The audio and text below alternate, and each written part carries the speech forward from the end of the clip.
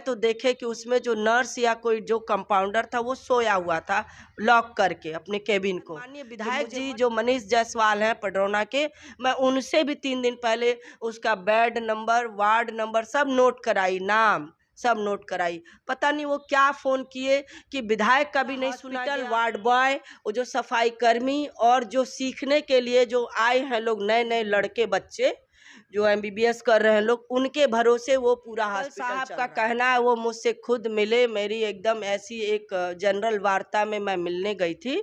तो मैं बोली आपका रिटायरमेंट कितने दिन का है? तो बोले कि रिटायरमेंट से पहले मैं 1.5 साल में मैं रिजाइन कर दूंगा मैडम, मुझे चुनाव लड़ना है, मुझे टिकट मिलेगा। भारतीय जनता पार्टी के महिला विभाग की जो जिला अध्यक्ष हैं चंद्रमा पांडे जी, उनके पास अभी पिछले दिनों जिला मेडिकल कॉलेज कुशीनगर में एक सरिता नामक औरत की जो किसी कारणवश या डॉक्टर की लापरवाही से पथरी के ऑपरेशन कराने में उनकी मृत्यु हो गई थी।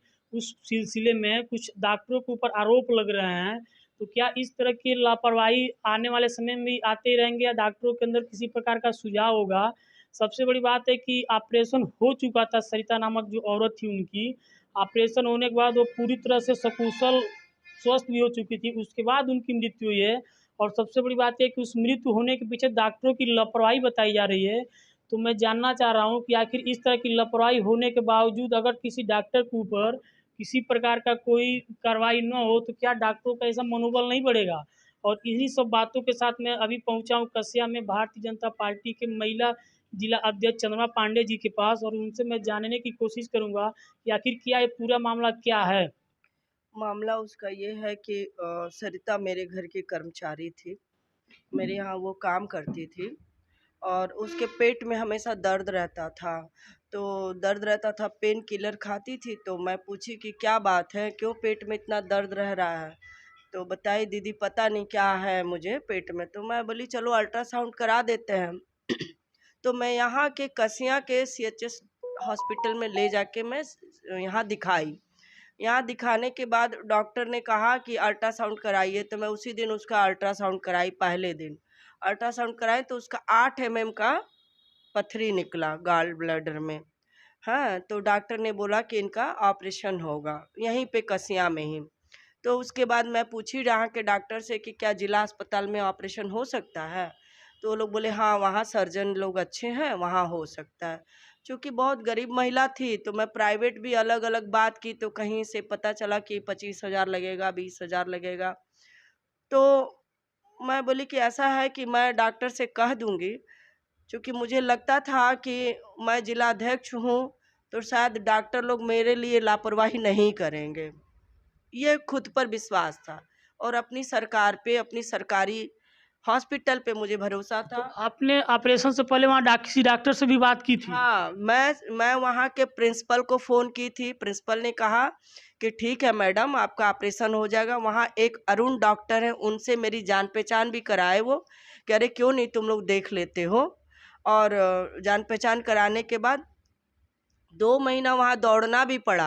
वो बेचारी जब जाती थी तो उसका ब्लड निकालते थे लोग और जांच में भेजते थे लोग कि अब उसका ये कम है तो वो कम है, ऐसे करके हम उसका सब पूरा करते गए। उसके बाद फिर अल्ट्रासाउंड कराए तो वो पथरी 8 mm से 10 mm की हो गई थी और पेट दर्द होता था उसका। पेन किलर खाती थी, कुछ तो सरकारी हॉस्पिटल से भी दवा उसको मिला था। मैं खुद लेके जाती थी उसको दिखाने। उसके बाद उसका एक डॉक्टर लोग उसको टाइम दिए पिछले बृहस्पतिवार को, अभी जो 24 तारीख, हाँ 24 तारीख को बृहस्पति को उसको एडमिट किए और 25 को उसका ऑपरेशन हुआ शुक्रवार को। और मैं 25 को भी गई मिलने, 24 को भी लेकर गई और 26 को भी मैं 12 बजे गई। तो सब लोग कह रहे हैं कि दवा नहीं दे रहे हैं। तो मैं देखी उसका ड्रिप निकला हुआ था, उसका ड्रिप नहीं चढ़ा था, उसका बहुत प्यास लग रहा ऑपरेशन था। के बाद आप गई थी? ऑपरेशन के बाद भी गई, ऑपरेशन के पहले भी गई, ऑपरेशन हो गया तो भी मैं गई। तीनों दिन लगातार मैं गई। डॉक्टर ऑपरेशन करने के बाद देखने नहीं आया। यानी जब उनका ऑपरेशन हो गया उसके बाद आप गई थी तो वहाँ कोई डॉक्टर विजिट पे नहीं था? नहीं, विजिट पे भी नहीं था। वो लोग बार बार सब कंपाउंडर, वार्ड बॉय, यही सब लोग बैठे थे, और जो एक बाहर से नर्स रखे जाते हैं लोग, वो नर्स बैठी थी और वही सब लोग देख रहे थे। वो बार बार चिल्ला रही थी कि पेट का दर्द ठीक नहीं हो रहा, पेट में दर्द है, मेरे को देखो लोग। लेकिन उन लोग का कहना ये था कि ड्रिप चढ़ा रहे थे लोग तो उसमें दवा नहीं डाल रहे थे लोग, ठीक। और यानी सिर्फ़ वैसे ही ग्लूकोज़ का जो पानी का बोतल है हाँ, उसको चढ़ाया, उसमें कोई दवा किस्म दवाई तो बचाया जा रहा था। अच्छा, दवा बचाया जा रहा था। हाँ, तो हाँ। इस मामले को आपने कि उसके वहाँ किस बाद नहीं, उसके बाद जब मैं आँख से देखी कि 26 तारीख के दिन उसका 3 बजे भोर में ड्रिप खत्म हो गया, कोई नर्स आके नहीं चढ़ाई। ये लोग जाके बार बार गए तो देखे कि उसमें जो नर्स या कोई जो कंपाउंडर था वो सोया हुआ था, लॉक करके अपने केबिन को, कि मुझे मत डिस्टर्ब वो करो। जब वो लोग गए तो वो जो कंपाउंडर सोए थे, वो दिन की मामला थी कि रात? रात की 3 बजे सोए हुए थे लोग। फिर 3 बजे से भोर में उसका ड्रिप खत्म हो गया, ड्रिप उसका निकल गया। उसके बाद ड्रिप उसको चढ़ा नहीं। जब मैं 11 बजे पहुंची तो मैं देखी ड्रिप नहीं चढ़ रहा है और उसका मुंह सूख रहा है और वो करा रही है। तो मेरे जाने के बाद मैं प्रिंसिपल साहब से मैं मिली। प्रिंसिपल साहब एक डॉक्टर को भेजे। मैं बोली आप लोग इस तरह बताइए।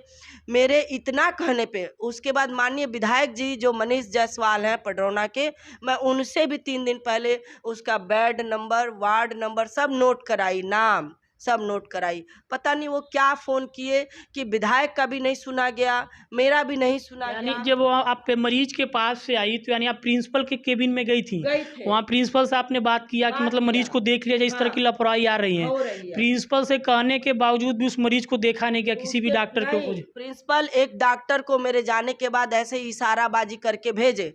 वो डॉक्टर जो है प्रिंसिपल के रूम से निकल के फ़ोन पे लग गया, ऐसे फ़ोन पे, और ऐसे बतिया रहे हैं और इग्नोर कर रहे हैं। उसके बाद वो ऊपर 2 मंजिला, उसे सीढ़ी से उतरने की डायरेक्शन में जब घूमे तो मैं पकड़ के हाथ बोली कि आपको तो चलना है मरीज के पास, प्रिंसिपल साहब भेजे, आप इधर कहाँ जा रहे हैं। तब फिर फ़ोन से बतियाते फिर जाके सीधे वार्ड की तरफ गए वो डॉक्टर। तो हाँ, आप सुन भी रहे हैं कि कितना मतलब यहाँ पे स्पष्ट, अगर ये आंखों देखी हाल अपनी बता रही हैं हाँ। तो यहाँ पे स्पष्ट रूप से लापरवाही दिख रही है। और प्रिंसिपल से शिकायत करने के बावजूद अगर किसी डॉक्टर वहाँ सूद नहीं ले रहे हैं तो कहीं ना कहीं वहाँ सब विभाग की मिली भगत पूरी है। तरह से यहाँ लापरवाही है। हाँ। और एक चीज़ और बता दीजिए मैं अब पूरी जब बात सुन जी लीजिए। बताएं। मैं जब जब उस डॉक्टर को लेके गई सरिता के पास तो देखी उसका ड्रिप निकला हुआ था। मैं बोली ड्रिप नहीं चढ़ रहा है इसका। तो मेरे साथ जो मेरी महिला मोर्चा की बहनें हैं उसमें से डॉक्टर भी लोग हैं। तो वो कहीं कि दीदी जब तक ड्रिप चढ़ता है मुंह नहीं सूखता है। तो जाके मैं फिर कंपाउंडर से मैं बोली कि उसका ड्रिप क्यों नहीं चढ़ रहा है। तो अभी 1 बजे 2 बजे से लगाएंगे। तो वो बोली कि इतना देर से ड्रिप लगाएंगे, उसका मुंह सूख रहा है। तो तब मैं पर्चे देखी, ये भी डॉक्टर है।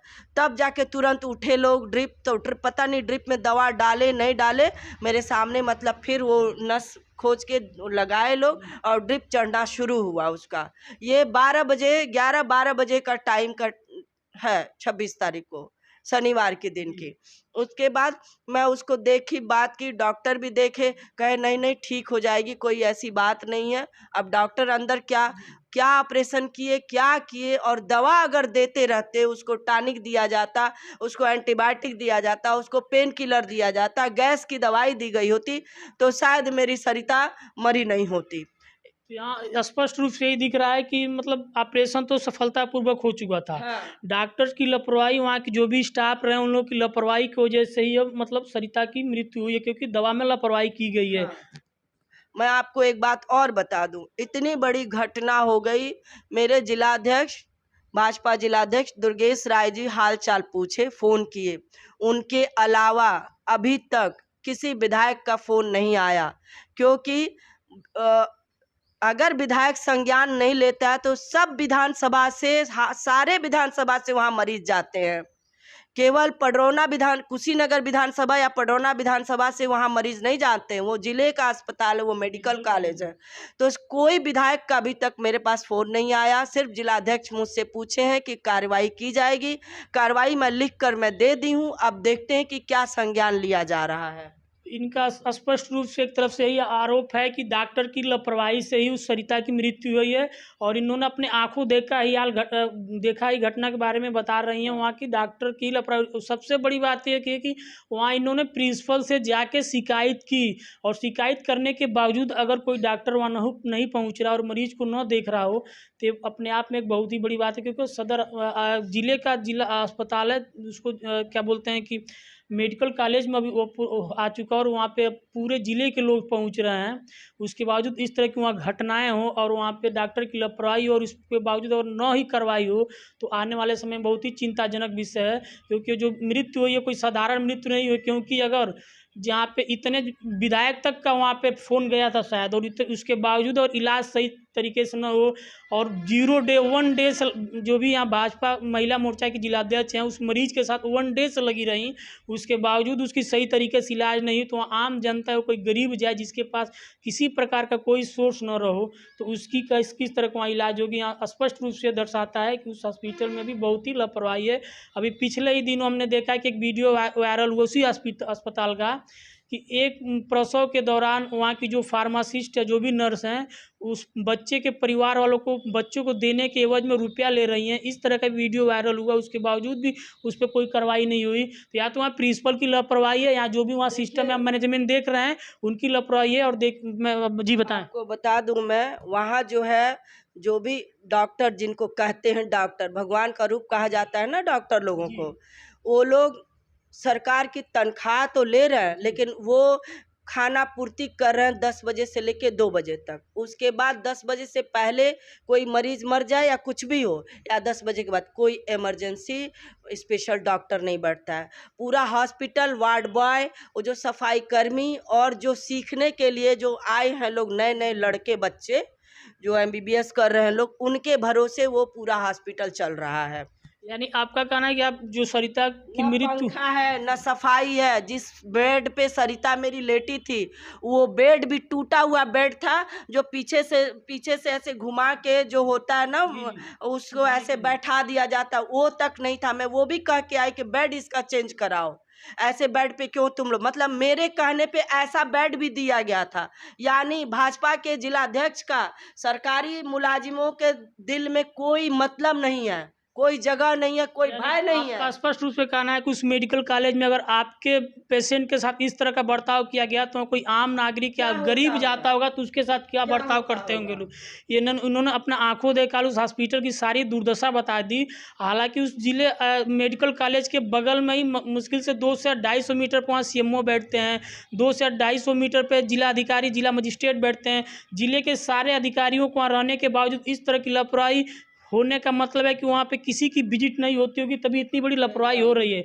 और सबसे बड़ी बात कि प्रिंसिपल साहब की, क्योंकि प्रिंसिपल साहब वहाँ पद दिया गया है, प्रिंसिपल वहाँ बैठाया गया है, तो क्या वो हॉस्पिटल में विजिट करते हैं कि नहीं करते हैं? प्रिंसिपल साहब का कहना है वो मुझसे खुद मिले। मेरी एकदम ऐसी एक जनरल वार्ता में मैं मिलने गई थी, तो मैं बोली आपका रिटायरमेंट कितने दिन का है? तो बोले कि रिटायरमेंट से पहले मैं 1.5 साल में मैं रिज़ाइन कर दूंगा मैडम, मुझे चुनाव लड़ना है, मुझे टिकट मिलेगा। जिसके दिमाग में ये है कि मैं विधायक बनूंगा और मैं मंत्री बनूंगा, मुझे टिकट मिल जाएगा, महाराज जी मुझे भेजे हैं, तो ये कितना बड़ा अभिमान है उनके दिमाग में। तो यहाँ साफ स्पष्ट दिख रहा है कि जिनको अपने दिमाग में ये चलता हो कि हमको चुनाव लड़ना है, वो कहाँ से वहाँ पे किसी पेशेंट को देखेंगे और इलाज करेंगे, और किसी मतलब ये चारों तरफ से एक तरफ समझिए कि वहाँ उस मेडिकल कॉलेज में राजनीतिक रूप से ही देखा है कि जो प्रिंसिपल बैठाया गया वो राजनीति के एवज में बैठाया गया कर रहा है। मैं महाराज जी से मैं निवेदन करती हूँ कि महाराज जी आपके राज्य में और आपके कार्यकाल में इस तरह का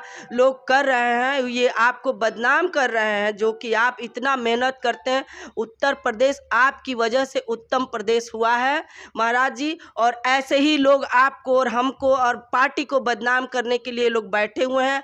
मैं आपसे निवेदन करती हूँ कि इन लोगों की सख्त से सख्त सजा हो।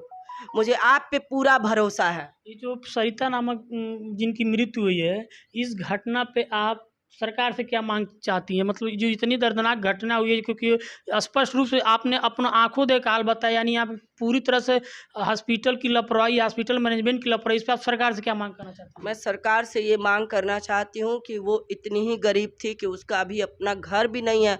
मैं ही कटरैन उसको दी थी, 8 कटरैन मैं उसको खरीद के मैं दी थी कि अपना छत लगाओ। उसके पास आवास भी अभी नहीं है अपना, ठीक है। वो ससुर अभी जिंदा है, इसलिए उसको मिल भी नहीं रहा है उसके नाम से। मैं ये कहना चाहती हूँ कि उसकी बेटी को कोई रोजगार मिले और उसका भरपाया किया जाए और इन दोषियों को सख्त से सख्त सजा हो। क्या ये कसिया जोन में सरिता नामक व्यक्ति की जो थी उनकी आवास पड़ता है, तो क्या यहाँ के सदर विधायक कभी उनका, कसिया जोन के जो भी विधायक हैं, उन्होंने कभी उनका हाल चाल लिया, चाहे नहीं, घटने के बारे में किसी प्रकार की कोई, अभी तक तो नहीं मुझसे पूछा गया है। उनके परिवार में भी अभी तक यहाँ के विधायक जी नहीं गए? अभी विधायक जी आएंगे, यहाँ है नहीं, विधायक जी दिल्ली हैं। आएंगे तो वो जरूर पूछेंगे, ये मुझे पता है। अच्छा, एक चीज़ और आप बताइए कि क्या इतने 2 दिन घटना हो चुके, 2 दिन या 3 दिन? 3 दिन तो हो गए, अभी तक किसी प्रकार की कोई कानूनी प्रक्रिया इसमें कुछ चली है? अभी नहीं, कुछ नहीं। इसमें कुछ कानूनी प्रक्रिया नहीं हुआ नहीं। है। आप खुद देख सकते हैं कि मतलब इतने, मतलब इन्हें कहने के बाद विधायक का भी फ़ोन गया, इन्होंने जीरो डेंस लगा हुआ है। हम खुद सोचने में असंभव हैं कि इतने सोर्स होने के बावजूद उनको किसी प्रकार का नहीं देखा जा रहा है, यानी वहाँ गरीब की किस तरह मतलब इलाज होती होगी। अब आप स्वयं बता सकते हैं कमेंट बॉक्स में आके। मैं विश्वजीत राय, कैमरा